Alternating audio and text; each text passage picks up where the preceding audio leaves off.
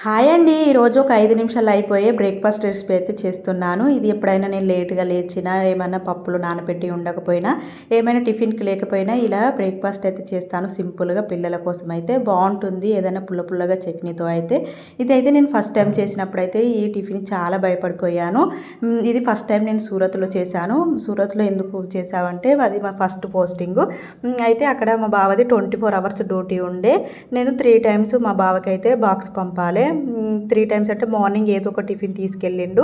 Afternoon అయితే అన్నం, కూర ఏదో ఒకటి చేసి అయితే పంపిన. నైట్‌కి కూడా ఏదైనా వెరైటీగా చేసి పంపు, ఎప్పటికీ రైస్ కాకుండా అని చెప్పాడు. వెరైటీగా ఏం చేయాలని అయితే ఈ రెసిపీ అయితే ట్రై చేశా. అసలు భయపడుతూనే చేశాను. అసలు ఏమంటాడో ఏమో, అక్కడ ఉన్న వాళ్ళు కూడా తింటారు కదా, వాళ్ళ ముందు మా బావ ఎలా రిసీవ్ చేసుకుంటాడో బాలేకపోతే అని అయితే అనుకున్నాను. కానీ తినేసి అయితే నెక్స్ట్ మార్నింగ్ వచ్చి చెప్పాడు బాగుంది అని చెప్పాడు. అప్పటి నుండి టిఫిన్ ట్రై చేస్తున్నాను.